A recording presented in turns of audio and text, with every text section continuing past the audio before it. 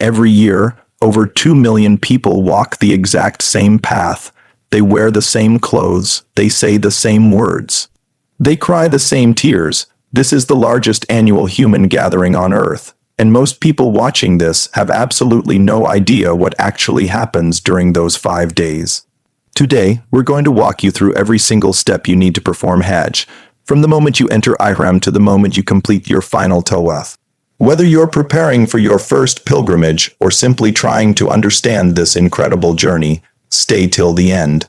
Because the last step is the one most people get wrong. What Hajj actually is, Hajj is the fifth pillar of Islam. It's obligatory once in a lifetime for every Muslim who is physically able and financially capable. That's it, once, but that single journey carries more spiritual weight than almost anything else a Muslim will ever do.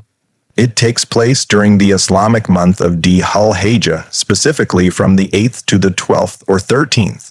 5 or 6 days, that's your window, miss it, and you wait another full year.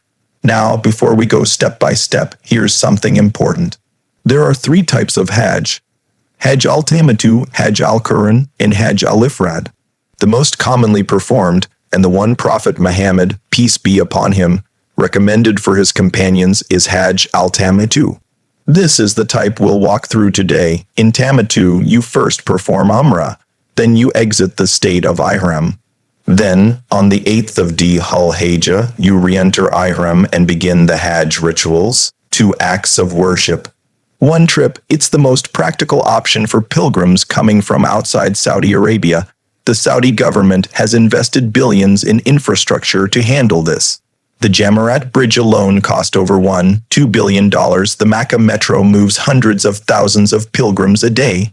Mina's tent city spans over 20 square kilometers. You're not just walking into a religious experience. You're walking into one of the most organized mass gatherings in human history, but none of that matters if you don't know what to do when you get there. So let's start from the very beginning. Everything begins with Ihram, and Ihram isn't just clothing. It's a state of mind. Before you reach the Miqat, that's the boundary point you cannot cross without being in Ihram, you need to prepare. Men take a full shower, what's called ghusl, trim your nails, you can apply unscented products, then you put on 2 white unstitched sheets. One wraps around your waist, the other drapes over your left shoulder. Women don't have a specific Ihram garment. They wear loose, modest clothing that covers the body. The face and hands remain uncovered during Ihram according to the majority of scholars. Now here's the part people rush through, and it's the most important part, the niyyah, the intention. You say it out loud or in your heart. For Tamattu, you first make the intention for Umrah. You say, Labbaik Allahumma bi Umrah, meaning, here I am, O Allah, for Umrah. Then you begin reciting the Talbiyah. You'll hear this echoing through every street in Mecca during Hajj season. Labbaik Allahumma labbaik, labbaik la sharika laka labbaik, innal hamda wan nimata laka wal mulk la sharika lak. Translation: Here I am, O Allah, here I am, you have no partner. Here I am, all praise, grace, and sovereignty belong to you. You have no partner. You keep repeating this throughout your journey. On the bus, walking through the streets, waiting in line, it becomes the soundtrack of your entire Hajj. Once you're in Ihram, restrictions kick in: no cutting hair or nails, no perfume or scented products.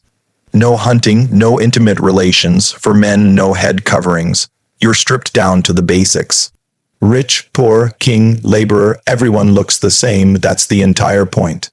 And here's a detail most guides skip. If you accidentally violate an Ihram restriction, say you forget and use scented soap, there's a process called Fidya. You can compensate by fasting 3 days, feeding 6 people, or sacrificing a sheep. It's not the end of your Hajj. Allah's mercy is built into the system. You've arrived in Mecca, you're in Ihram, now you perform Umrah before Hajj begins. First, Tawaf, you circle the Kaaba 7 times in a counterclockwise direction.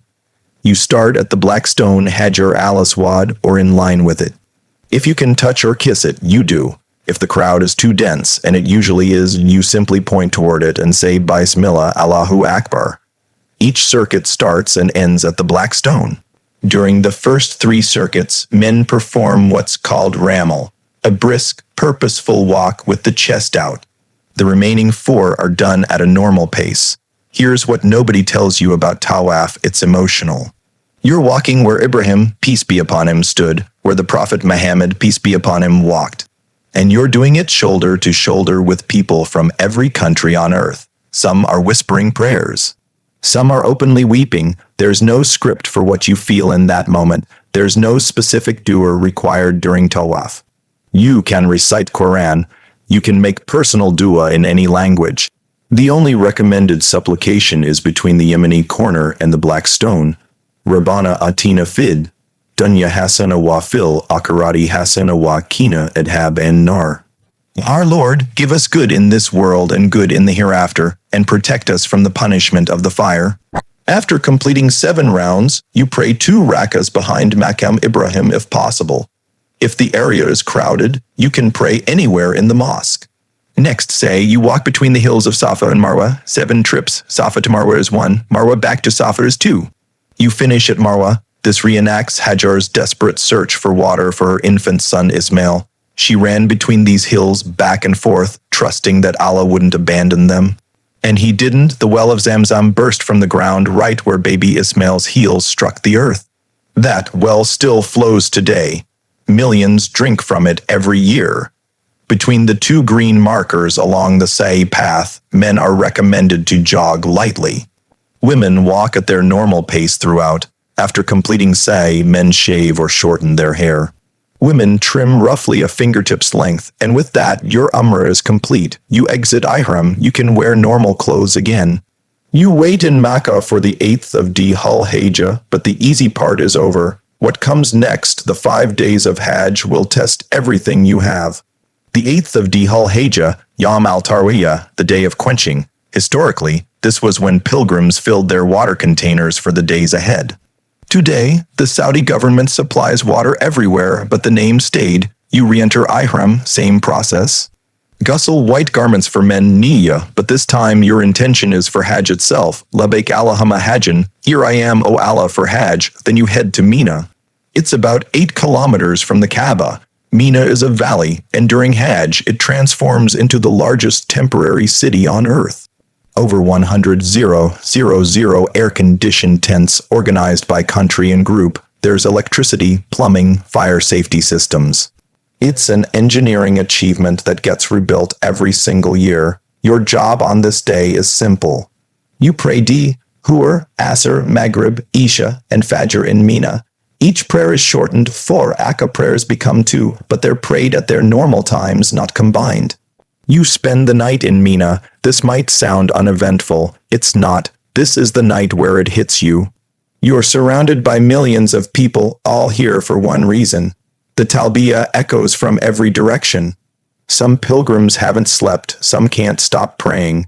The anticipation is building because everyone knows what tomorrow is.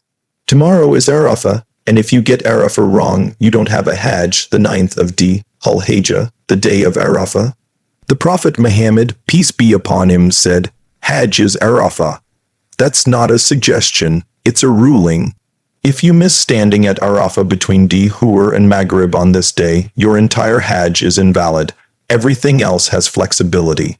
This doesn't. After Fajr in Mina, you travel to the plain of Arafah, about 14 kilometers east. 2 million people converge on one open plain.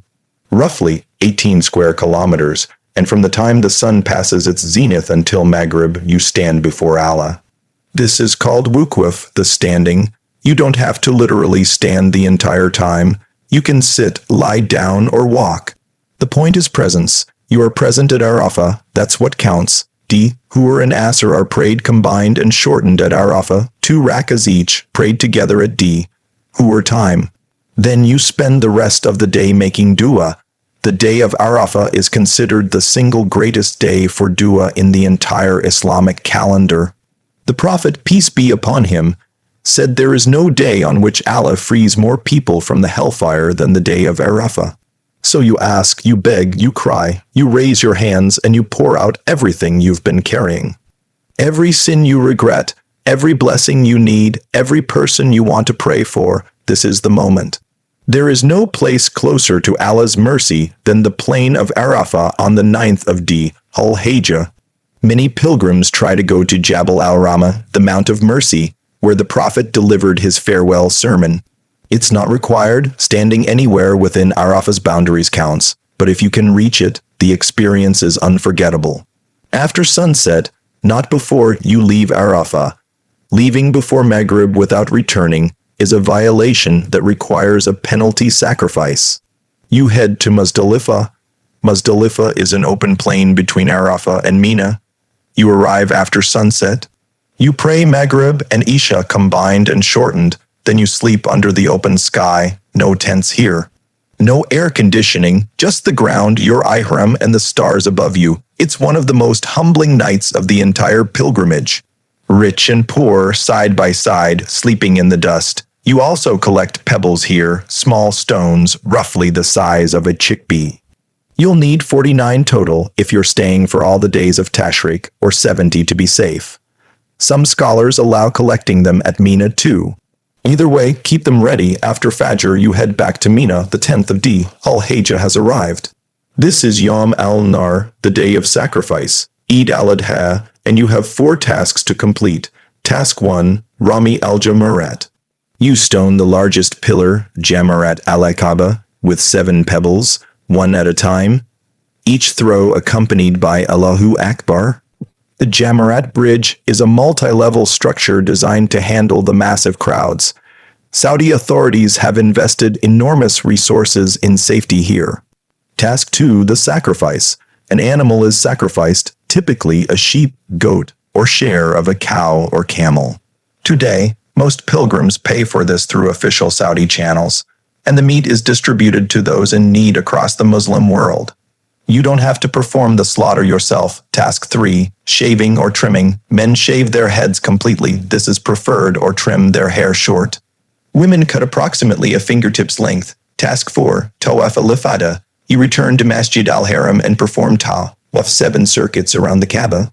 This is a pillar of Hajj. It cannot be skipped. You also perform Sa'i again between Safa and Marwah if you're performing Tamattu. These 4 tasks are recommended in the order listed, but according to the majority of scholars, performing them in a different sequence on this day is permissible. The Prophet, peace be upon him, was asked about various order changes and he responded, "Do it and there is no harm." After completing the stoning and the sacrifice, you exit the major state of Ihram. Almost all restrictions are lifted, except intimate relations with your spouse, which is only permitted after completing Tawaf al-Ifada. The 11th, 12th, and optionally the 13th of Dhul Hijjah, these are the days of Tashreeq. You stay in Mina. And each day you stone all 3 Jamarat pillars, the small, the medium, and the large, 7 pebbles each. 21 pebbles per day. The stoning must be done after who are on these days according to the majority of scholars. Between the small and medium pillar you stop, face the Qibla, and make dua. Between the medium and large, same thing. After the large pillar, you walk away without stopping for dua. You can leave Mina after stoning on the 12th if you depart before sunset. This is the shortened option. If sunset catches you still in Mina on the 12th, you must stay and stone again on the 13th. Both options are valid. The Quran explicitly says, "Whoever hastens in 2 days, there is no sin upon him, and whoever delays, there is no sin upon him." Now the step most people get wrong. Remember from the beginning, it's the Farewell Tawaf, Tawaf al-Wada. This is the very last thing you do before leaving Mecca. Not before leaving Mina, before leaving Mecca entirely. Many pilgrims perform it too early. They do it, then go shopping, then spend another night. That invalidates it according to many scholars. Your farewell tawaf should be your absolute final act in the sacred mosque. 7 circuits, no say required. You pray 2 rakas, you drink Zamzam water, you look at the Kaaba one last time. And you leave. Many pilgrims walk out slowly, not wanting to turn their backs on the house of Allah. One important note, menstruating women are exempted from Tawaf al-Wada. It is waived for them entirely. There is no penalty and no substitute required. This is a mercy built into the ruling, and with that, your Hajj is complete. Over 5 days, you've done what millions before you have done. You circled the Kaaba. You stood at Arafah. You slept under the sky at Muzdalifah. You cast stones at the Jamarat. You sacrificed. You shaved. You walked where Ibrahim walked. where Hajj ran, where the Prophet, peace be upon him, delivered his final sermon to over 100 companions. The Prophet said on the day of Arafah, I have left among you something which, if you hold firmly to it, you will never go astray. The Book of Allah, 2 million people. One purpose, same clothes, same prayers, same tears, that's Hajj. If you found this guide helpful, share it with someone who's preparing for their pilgrimage. One share could help a first-time pilgrim feel prepared instead of overwhelmed. And if you want to understand the spiritual dimensions behind each of these rituals, why we circle 7 times, why Hajj's story still echoes through the Sa'i corridor, why Arafah is compared to the Day of Judgment, that video is coming next. Subscribe so you don't miss it.